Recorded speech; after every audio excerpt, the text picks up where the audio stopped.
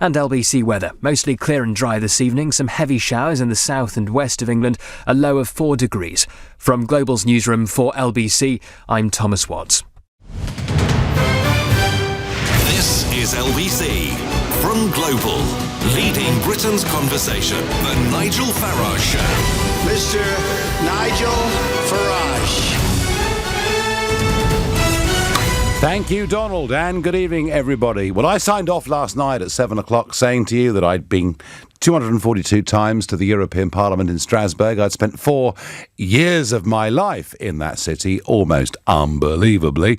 Well, today was absolutely the last day. British MEPs left the Strasbourg Parliament for the very last time. Now, there is one more act that will take place within the European Union before we leave. That'll be on the 29th of this month, when in Brussels, because bear in mind, this Parliament has more than one home, in Brussels, MEPs will go, there'll be a debate, there'll be a vote. That vote is a formality, though it's important, because under Article 50, under the treaties, despite all the work that's been done, actually the European Parliament could veto the whole thing. It isn't going to do so. There is an acceptance. But the symbolism, given that Strasbourg is the home of the European Parliament, that's written into the European treaties, the symbolism of British MEPs leaving Strasbourg for the last time, is that something that says to you there's a brighter future for Britain ahead?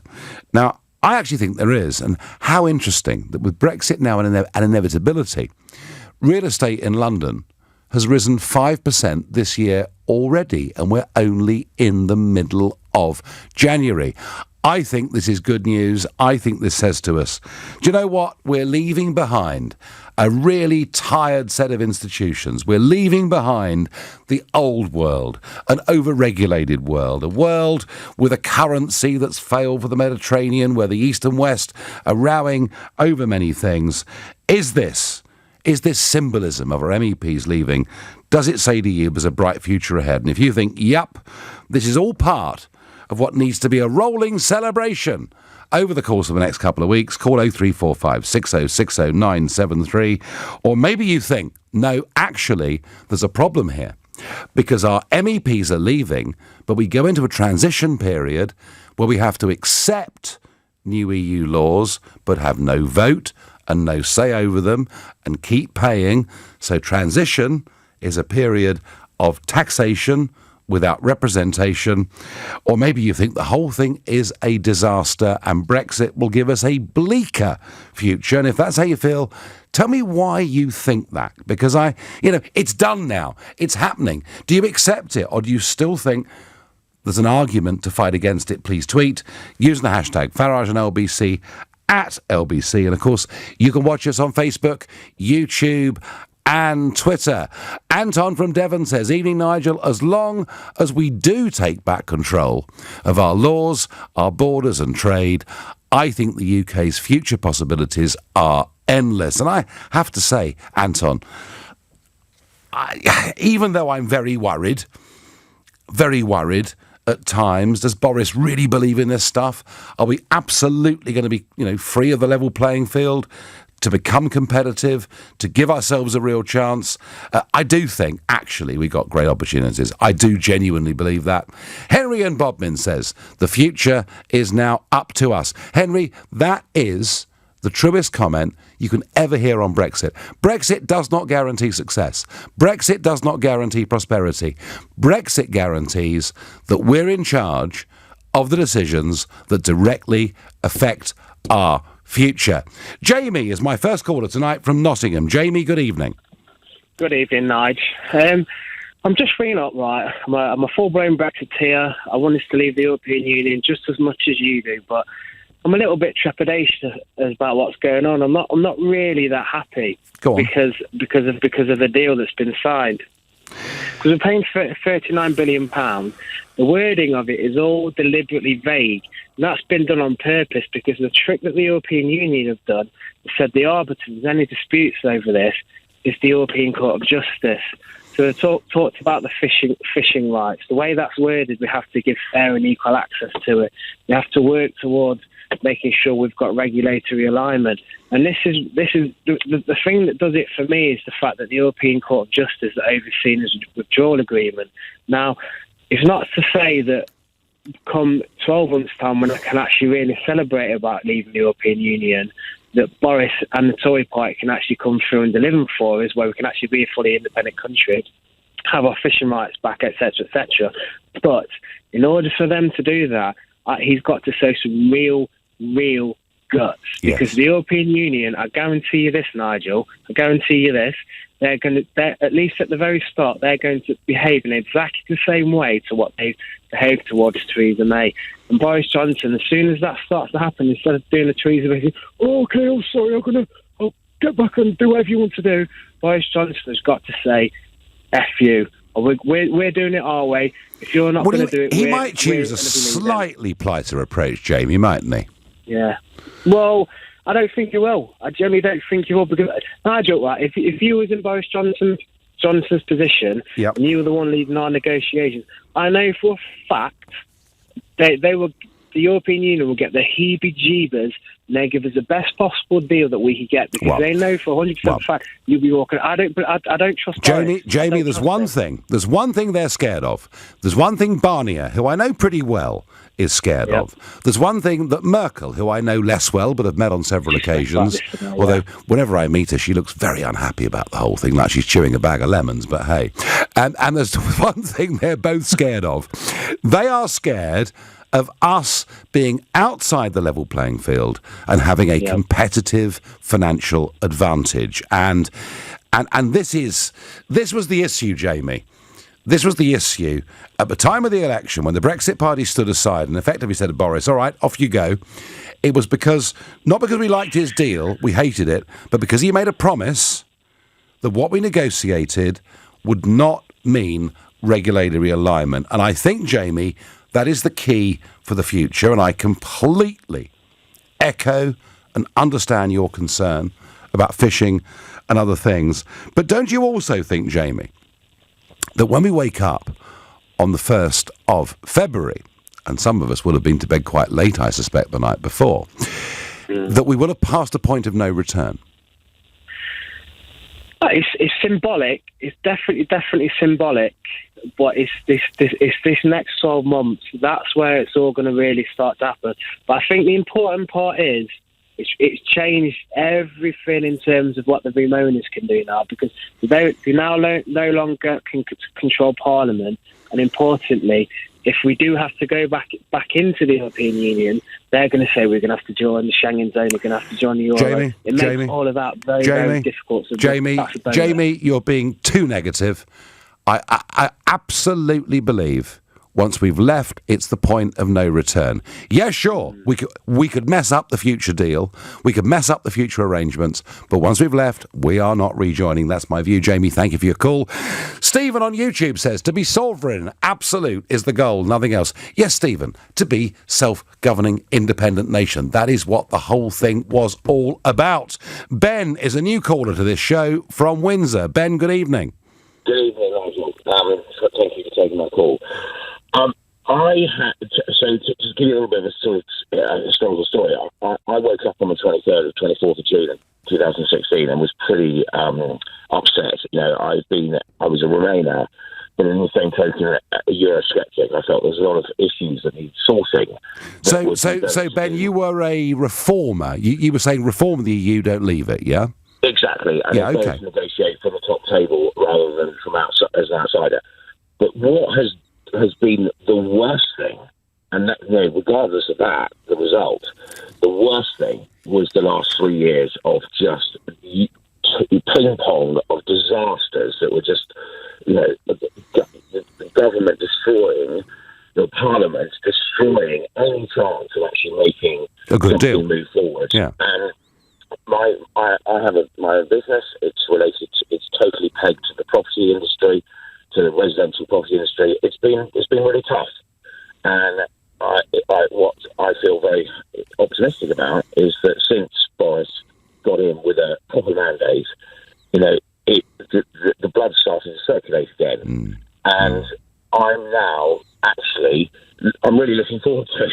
Do you know, Ben? I had a phone call this morning from a veteran, big financial, city financial guy involved with private equity, involved with wealth management on quite a large scale, and he said to me he can't believe the deals, their real estate deals, their investment deals, some of which have happened in the first 2 weeks of the year, and many others are lining up to be done. And there is almost, it's like we sort of broken this impasse.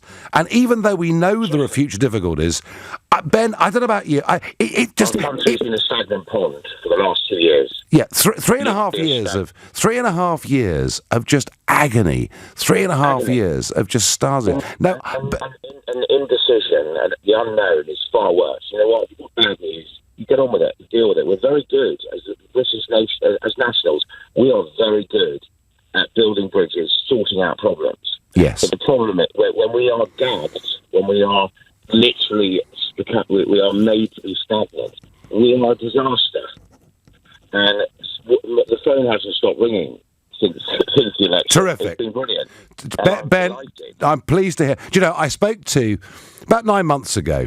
I spoke to Theo Paphitis, who's a great entrepreneur, great character, actually, Dragon's Den and all the rest of it. And Theo said, look, I couldn't give a damn about Brexit because I'm a businessman. He's like, not interested. He said, just deal me the hand. Give me the cards. Tell me what we're doing, and I will adapt and move on and make money and profit. And I think that is the sort of mood of optimism that is now that you're seeing, that my friend this morning, the City Wealth Manager, was seeing, and I think it's good news. Ben, I thank you for that. You're listening to The Nigel Farage Show here on LBC at 6:15, and time for the news headlines with Thomas Watts. Rivals of Flybe are demanding the release of details about the government's deal to support the struggling airline. A group of foreign ministers has called on Iran to take full responsibility for shooting down a Ukrainian passenger jet over Tehran. Prosecutors are beginning the impeachment trial of President Trump in the US Senate. Mostly clear overnight except for some showers in the south and west, a low of 4 degrees. LBC travel, I'm Dave Goff. On the M25 anti-clockwise, it's taking around an hour to queue from junction 9 for Leatherhead to junction 6 for Godstone after an accident earlier on. Because of that, there are also queues on the M23 northbound for around an hour going to the M25.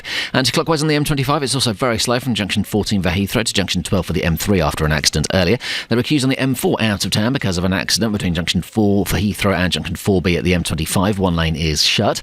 There are still queues on the North Circular Road in both directions after a car was on fire earlier on between the Ilford flyover and the Barking flyover. And in Mill Hill, there are queues on the A41 Edgware Way eastbound. That's because of an accident just before Apex Corner. This is LBC. The birthday cake didn't arrive in time. The centrepieces never made it to the wedding. And by the time the brass band got to their concert, everyone had left. Breakdowns are rubbish, especially when you run a business. So when we make vans at Volkswagen, we make them as reliable as possible. Which is why we've just won Most Reliable Van Maker at the Fleet News FN50 Awards. Volkswagen Commercial Vehicles. Working with you. Visit Fleet News for full award criteria. This is LBC. Here you are, it's January again. Nuh-uh, this is 2020, the year of the boss. The year you leave your same old job and boss the business of your #dreams. And with a 3 business plan, you get exclusive benefits from FreshBooks, Moo, WeWork, and Wix. Plus, you can get unlimited data, and you'll be 5G ready at no extra cost. So you can ride the wave of new biz like an absolute pro. Get a plan fit for a boss, because 3 means business, just like you. Compatible device required. See 3.co.uk/5G. At Ring, we've reinvented the doorbell. So no matter where you are, or what time of day, you can watch over your home and the things you care about. Ring Video Doorbell streams HD video and 2-way talk straight to your phone, so you can speak to whoever's at your door from anywhere. Delivery. Oh, great. Could you leave it with my neighbour, please? Sure, no problem. And it's so simple, you can install it yourself in minutes. See, hear and speak to whoever's at your door from wherever you are with Ring Video Doorbell. Available at ring.com and selected retailers. I used to be a bit of a rubbish sleeper. I'd toss and turn all night. And somehow I could never find the comfy bit of the mattress. It was a proper nightmare. That's what brought me here. Testing mattresses in the Which Test Lab. We use a custom-made barrel rolling machine to simulate a decade's worth of use. And the mattresses that perform best are the only ones we recommend for your bedroom. Which tests harder so you can buy smarter. Visit which.co.uk. How can it be fair that millions of people in the world are denied access to clean water? At WaterAid, we need your help to create an equal world. Whether you're from Morden or Madagascar, everyone, everywhere should have access to clean water. Because clean water changes lives. You can help WaterAid change the picture. To find out how, search WaterAid Radio now. This is LBC, the Nigel Farage Show. Call 0345 6060 973. Text 84850. Tweet at LBC using the hashtag Farage on LBC. As Britain's MPs leave Strasbourg for the last time, and in my case after 242 visits and 4 years of my life, are we looking forward optimistically to the future, or do we still think, as some did at the time, that it will still be a disaster? I sense quite a lot of people who voted Remain now say, do you know what? We've made a decision, we're moving on, let's be optimistic and make the best of it. That's my feeling. But a story that really interests me today is we're going to see a lot more television coverage of courts in this country. Now, as we know, famously, the Supreme Court is televised, and we saw that judgment, did we not, on prorogation from Lady Hale.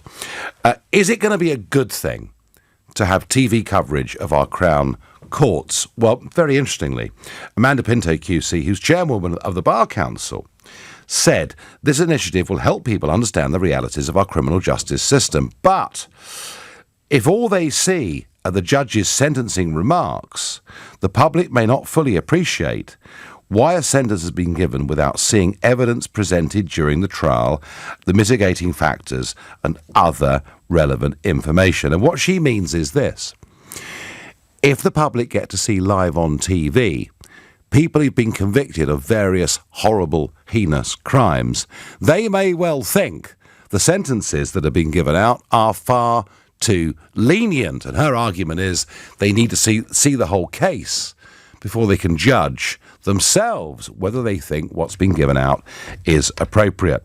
So am I for or against the televising of trials? I remember, because I'm old enough, a big debate saying that Parliament shouldn't be televised. It'd be terrible if Parliament was televised because, you know, parliamentarians would suddenly move from being serious legislators into becoming fashion icons. And the first speech given in a televised Parliament was by the late Conservative MP Ian Gow, MP for Eastbourne, who was absolutely bald as a coot, who said he had no doubt that in future MPs would be judged by their hairstyles, which was really quite funny. But can you imagine now if I said to you, we're going to withdraw the televisation and live radio coverage of Parliament? You'd be absolutely horrified. You'd say the whole thing was a conspiracy and a plot to keep the people out of the legislative process, and I feel the same with trials. I think people will question sentences, and that may not be a bad thing in my view. But I also think what will happen, of course, is certain QCs and barristers will start to become themselves huge celebrity figures, as indeed they are in America.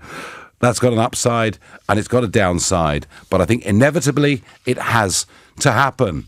Our MEPs leave Strasbourg. Are we optimistic? Andrew in Manchester says, I voted Remain for selfish reasons on my business and age, but leave is and was the best thing for the country. I'm excited.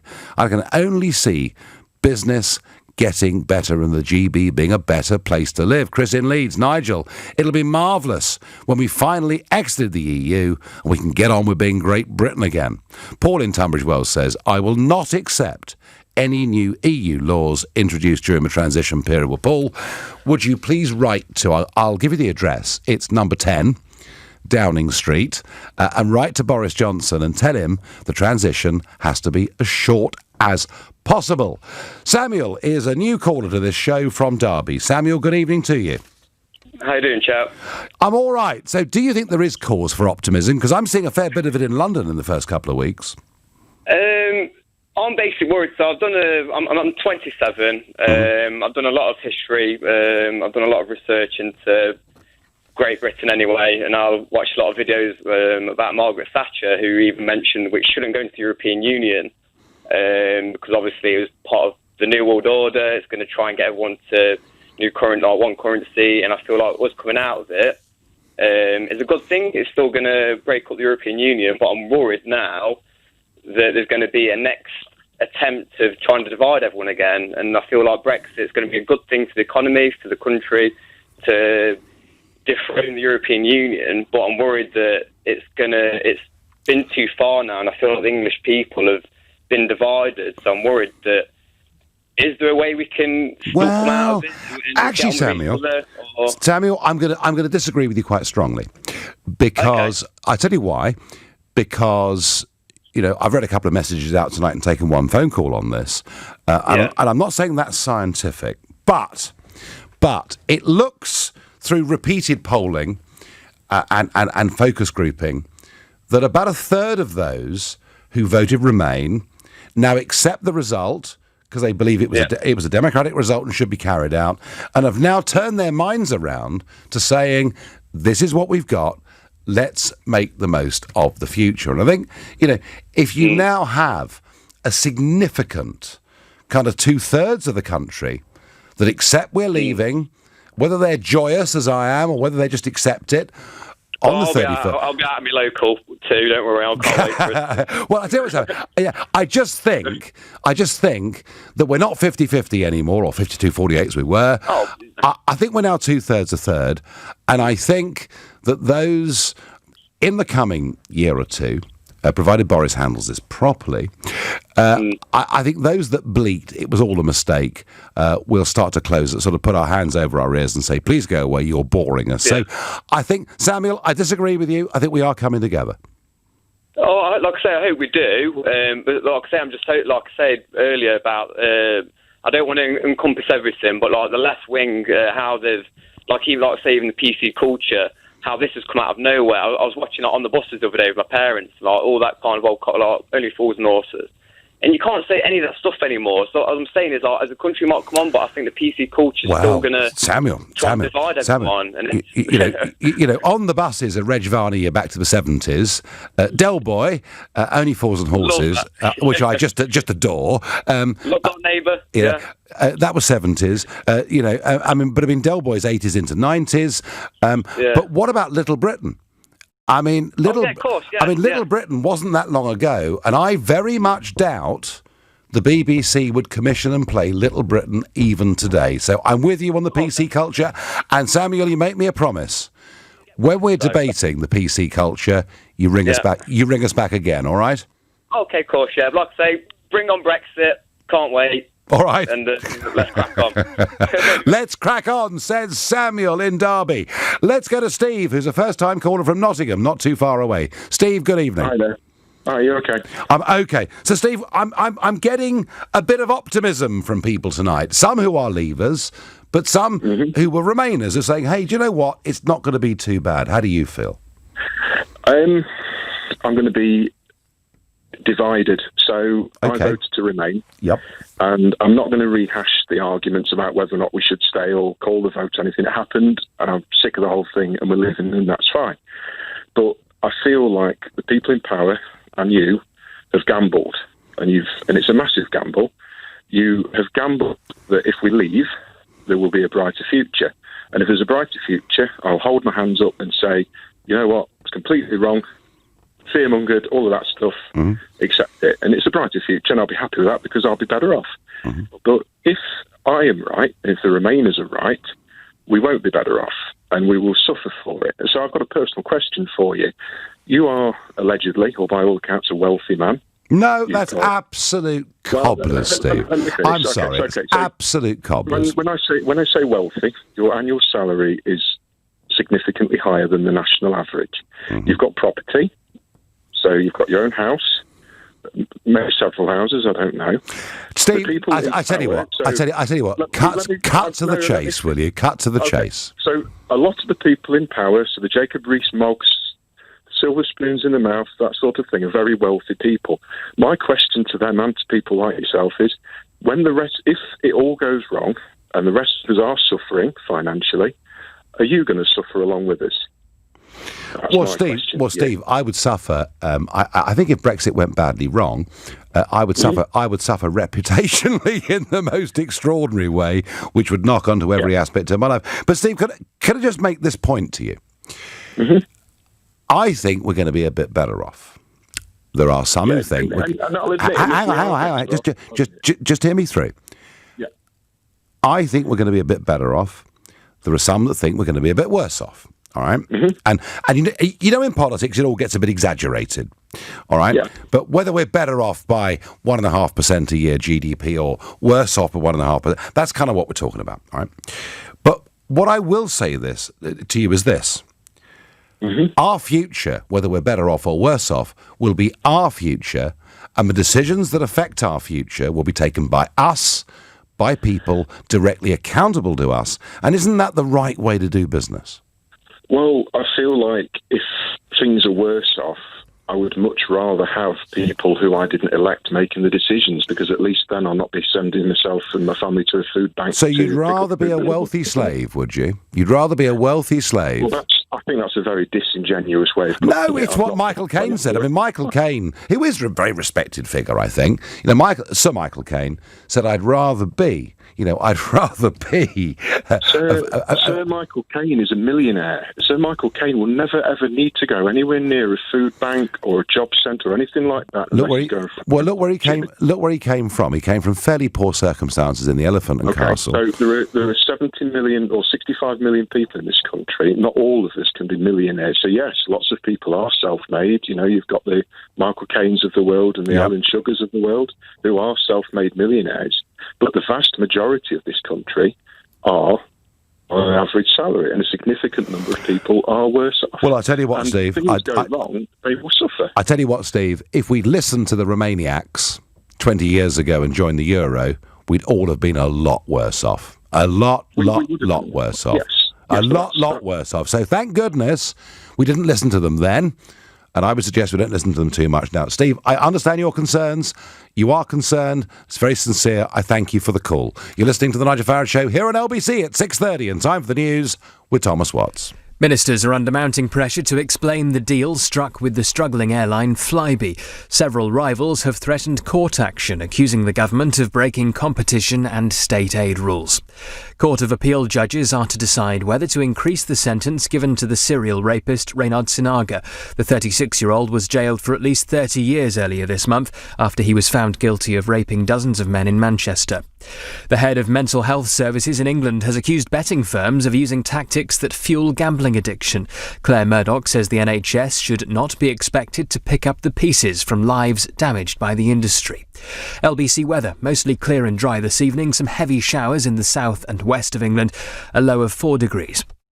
Nick Ferrari at breakfast, weekday mornings from 7. So-called hippie crack is less dangerous than alcohol, and hysteria led to the government ban, so a former drugs advisor to the Home Office has said. He said the illegal substance nitrous oxide, also known as laughing gas, is less toxic or addictive than wine or beer. Elizabeth in Shepherd's Bush. My best friend, she's been given it in hospital when she gave birth, and she said it was fantastic, it helped her calm down. If they're giving it to pregnant ladies who are giving birth, you shouldn't be drinking or smoking, while you're pregnant. No, of course. Julia in Ealing, you're a midwife. I mean, I would hate the pregnant women or anybody else who needs gas and air to think it's dangerous, but the way it is being taken by kids when they've had a bit of alcohol in the mix, it's very dangerous. Nick Ferrari at breakfast. With Xero. Get your business digital ready with Xero accounting software. LBC.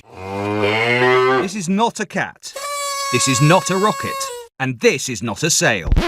That's right, at Smarty Mobile, we're not having a sale. While others are slashing prices, we're introducing our best ever new plans. Take our new 30gig data SIM for just £10 a month. With unlimited calls and texts and no speed restrictions, credit checks or contract tying you down, why shop around?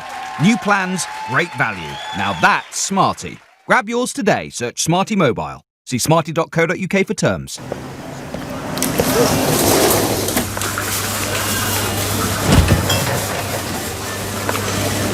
You're listening to the sound of a Halifax customer who used to worry she wasn't saving enough, but is now saving the change every time she runs out of milk. Switch on Save the Change, and when you use your Halifax Visa debit card, we'll round up to the nearest pound. and put the difference into your chosen Halifax savings accounts. Ever dreamt of running your own business? It may be easier to achieve than you think. With a franchise, you start with a proven business model and the support of an established brand.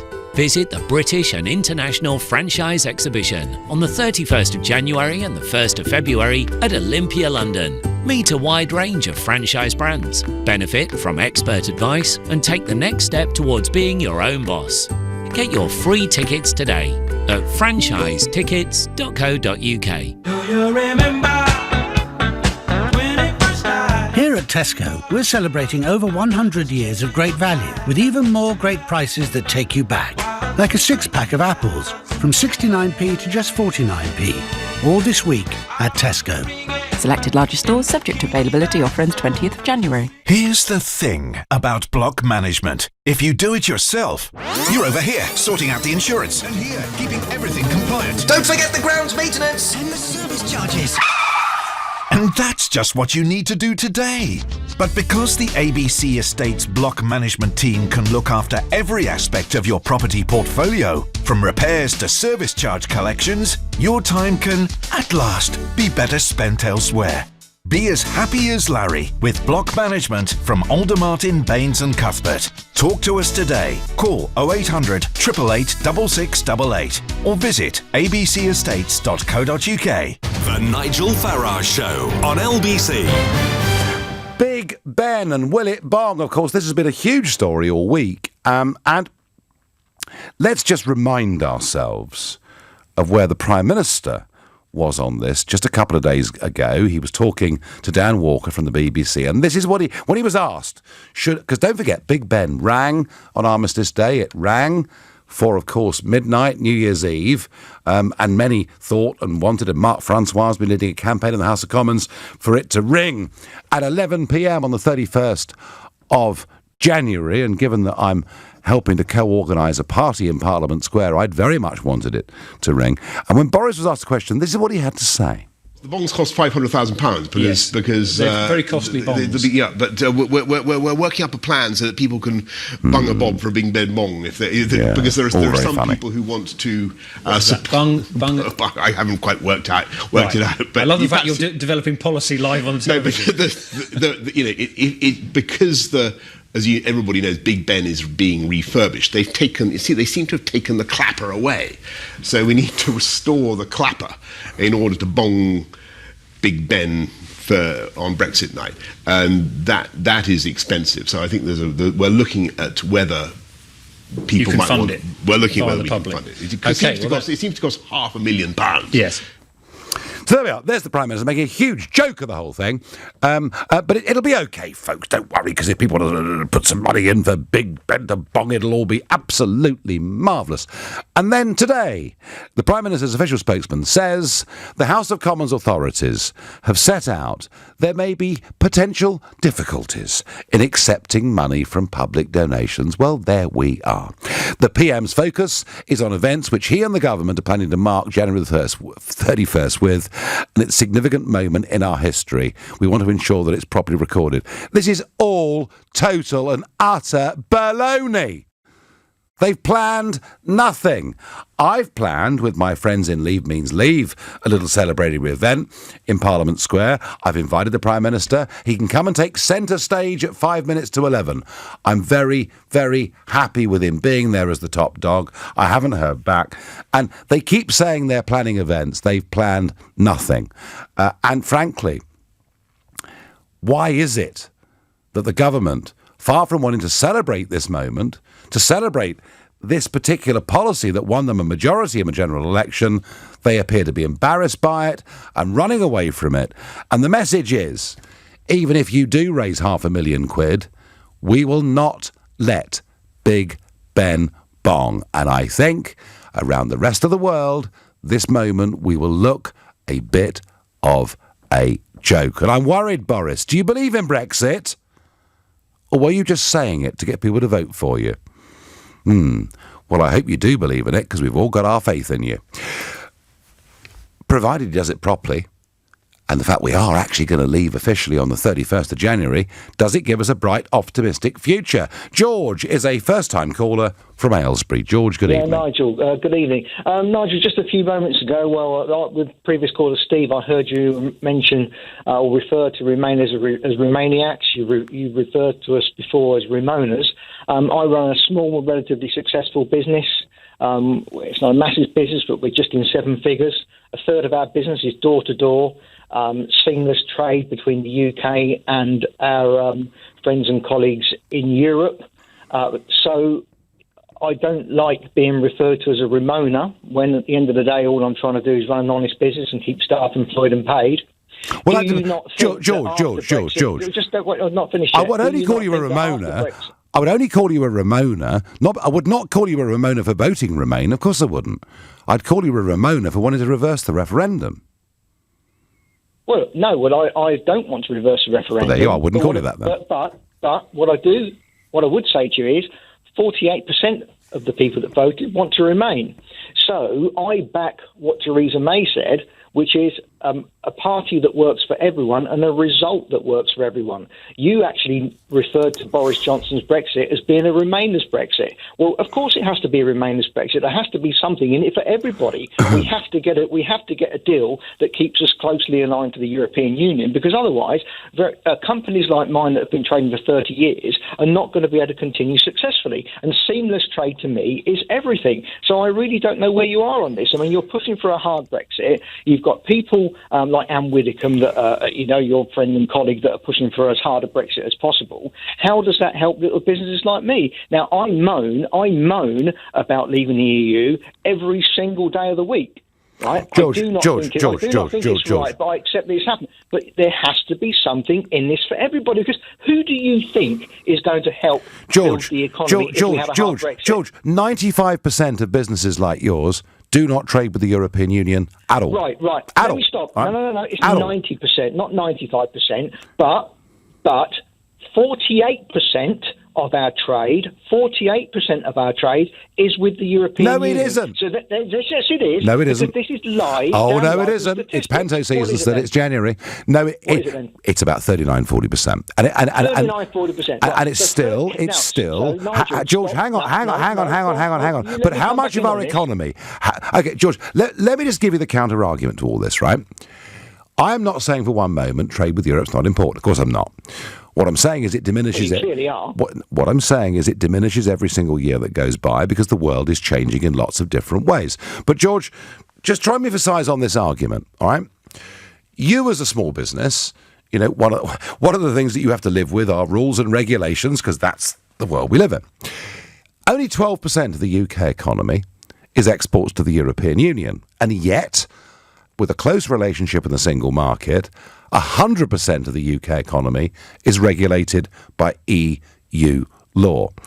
So why should the 88% of the economy be subject to rules because it suits you as part of a 12% who does business with the European Union? No, because again, that's a false statistic, because you quite clearly said that 39% of our trade goes overseas to the European Union. Overseas trade. Going to have to align. I am still going to have to align with the same rules when I export to Europe. George, there's overseas trade, which is 39%, and there's the entire big cake of the UK economy, all right? They are two different things. Okay, let me come back on this.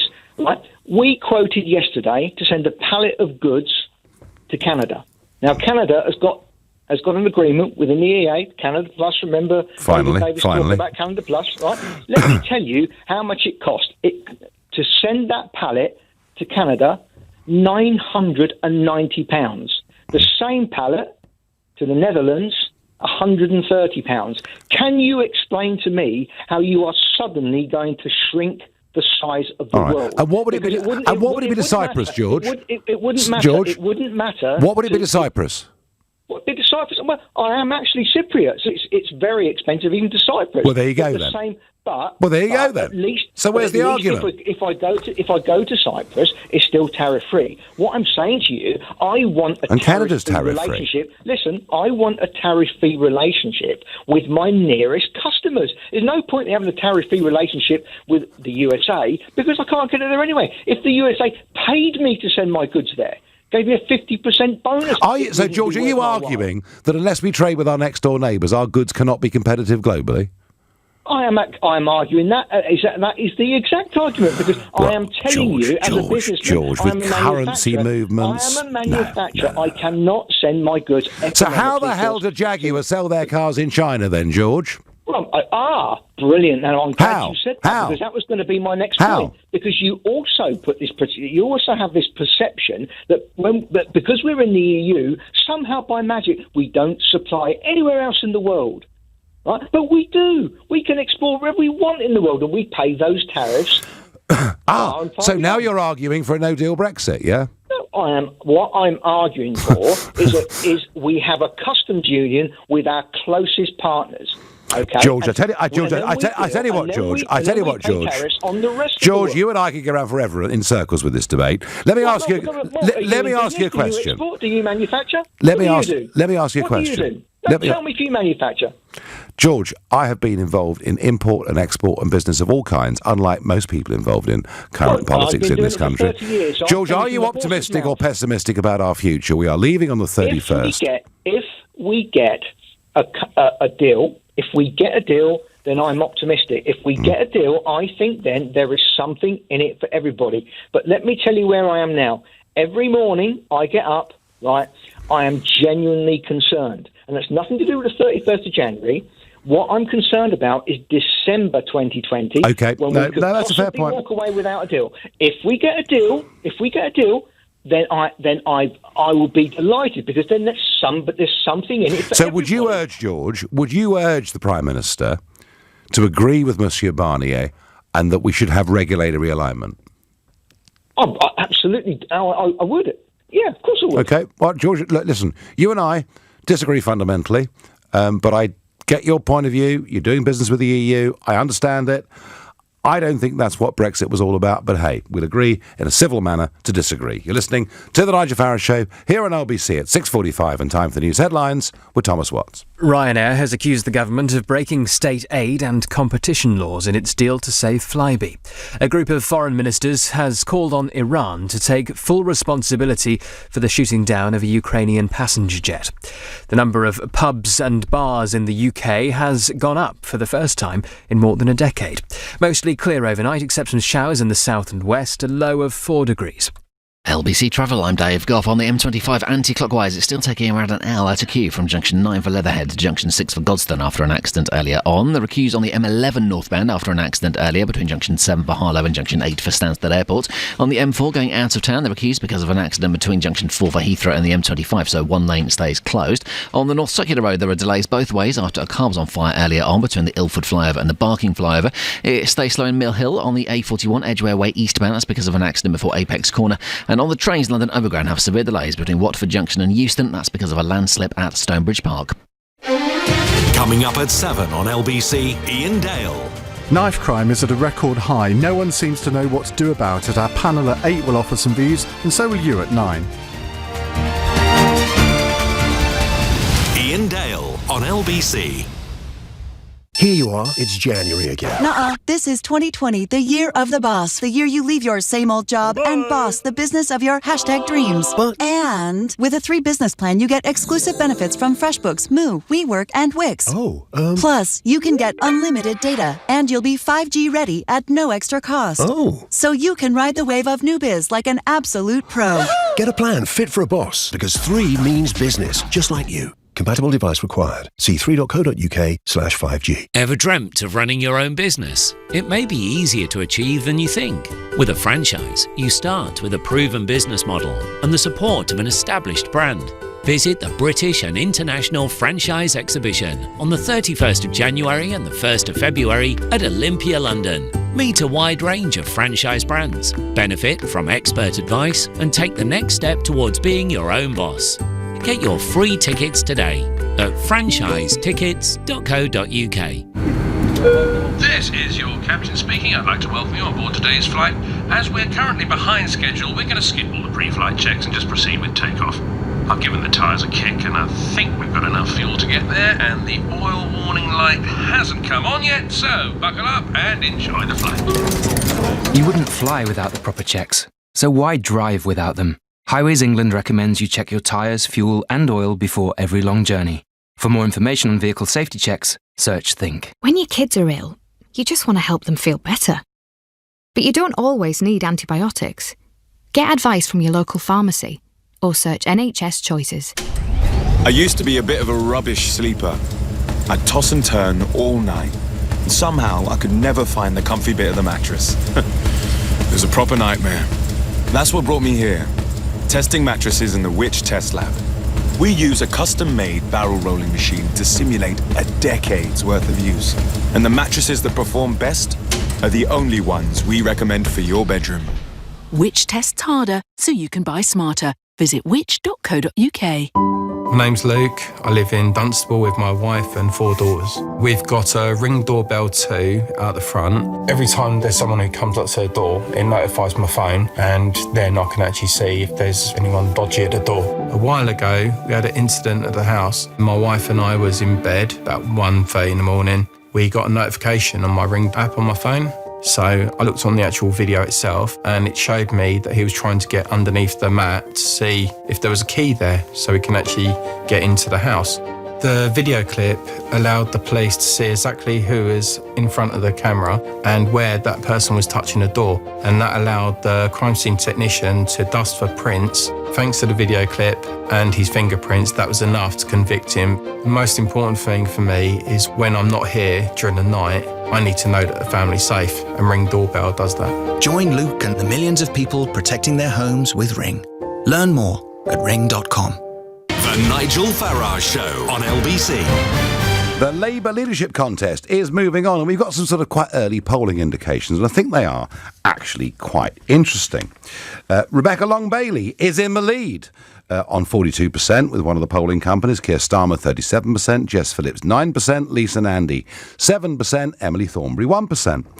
But after they all get knocked out, after second preferences, it's Rebecca Long-Bailey 51%, Keir Starmer 49%. So I think that is actually quite interesting. And what you're seeing is a pretty centrist, I would say, and relatively Blairite Sir Keir Starmer trying to burnish his left-wing credentials to take on the unapologetic Corbynista Long-Bailey. Because the truth of it is that Momentum and quite a hard, well, I would say hard left, some may think it's unfair, but a well left of centre would be absolutely a neutral comment now. Labour Party, and it seems to me that if Rebecca Long-Bailey wins it and fights the next general election, albeit a long way off, on the same policies as Jeremy Corbyn, then the Labour Party are doomed. And this can happen to parties. The activist base of a party and their broader general voting public can be two very different things. Now, Patricia says to me on text, I'm going to be 70 on the 1st of February. What a great present. All those people under 40 have no idea what the UK was like before we joined the EU. You never know. They may come to prefer it. Nigel, less government is good government. The EU was too much. Can you please now sort out Westminster and the House of Lords? Steve, listen, I genuinely think and want Brexit to be the first step to huge reform of our political system. The trouble is, none of the parties wanted to leave the EU. None of the big businesses wanted to leave the EU. None of the trade unions wanted to leave the EU. And none of the press, 10 years ago, it changed with the Daily Express and others, wanted to leave the EU. And none of them in Westminster want to reform the House of Lords. Long Bailey says she will. Does she really mean it? So what I have learned in this country is that to get change of any kind takes a very, very long time. Stuart on YouTube is not that positive. He says, look, as long as we're in transition, nothing changes and people will still campaign to rejoin. Only after the deal is done are we past the point of no return. Stuart, I don't agree. I think actually physically leaving means that to rejoin, there'd have to be a referendum. I cannot see in any way we would vote to join a club like that. But like you, I'm worried about the next stage. Of course I am. Christian is a new caller to the show from Forest Green. Good evening, Christian. Hi, Nigel. How you doing? I'm doing all right. So are you bullish about our future? I was a Remainer. Yep. And still am, but I say I was because it's been taken out of my control now because I've accepted it's happening, whatever. Yes. I am director of a big business that works across the world. Mm-hmm. I don't think it's going to make a massive difference. I think probably for me, especially, I mean, I'm dual nationality, so freedom of movement and all that sort of stuff's not going to affect me. In business, I don't think it's going to be that different. But the deal that Boris has come up with is worse than Theresa May's deal, and you rejected her deal. Mm-hmm. So effectively, what we're saying, we have to do a deal with Europe, which we will. And you've called their bluff, and they will probably do a deal with us. It will probably be a similar deal to what we are in now, except we won't have any say. Well, and that's exactly what you said when Theresa came up with her deal, and you said, well, we're still in Europe. Okay. Teresa's deal was awful. Boris's is worse. Hang on, Boris's deal's terrible. Well, it's worse for Northern Ireland. It's worse for Northern Ireland. So, apart from Northern Ireland, why would you say it's worse? Because it is worse. He's put the border in Northern Ireland. Yeah, I get that. Said apart from that, but every other aspect of his deal, probably, if it's not worse, it's the same. Well, I think. Okay. Because Christian, we're still in Europe. It's 95%. Don't have any say. Right. It's 95% the same. You said that when at the time, but and I get it. I get that you accepted that because you didn't want Labour to come in. But that's the only reason you accepted that. Okay, no, Christian, hang on. Right, okay. Boris's deal is 95% the same as Mrs May's deal, okay? The bit that's really worse is what happens to Northern Ireland. The bit that's better is the backstop's gone, so Northern Ireland is sacrificed, so the rest of the UK doesn't have to be committed to the customs union. But the big difference is this. The withdrawal agreement, the bits we've written around the deal with Brussels are significantly better, and he has made an absolute... That's not what you said before. Hang on. It's worse. You know it's worse. If you want to listen, you can. If you don't, same. If you want to listen, you can. I'll go through it one more time. The deal is 95% the same. It's worse for Northern Ireland. It's slightly better on customs union terms than the rest of the UK. I rejected that deal after it was struck in Brussels. The one change that's happened since then is Boris then went much, much further by saying, firstly, we conclude this in 2020, but more significantly, we will not have regulatory alignment. We will not have a level playing field. He made that promise just before nominations closed in the general election, all right? And you can draw your own conclusion from that. He makes a lot of promises he doesn't keep. He repeated it. To keep some sort of alignment. I'm struggling here to get a word in, aren't I? But let me finish this argument. He repeated it. It was written in the Conservative manifesto. He's still saying it. I've put my faith in him not to sign up to regulatory alignment. The country has put their faith in him. If he lets us down, Christian, his support will fall off a cliff. I'm not for one moment pretending... But then it will be too late, won't it? Well, it's never too late. Your faith in a man that has repeatedly lied, and you even turned around and said it's a worse deal.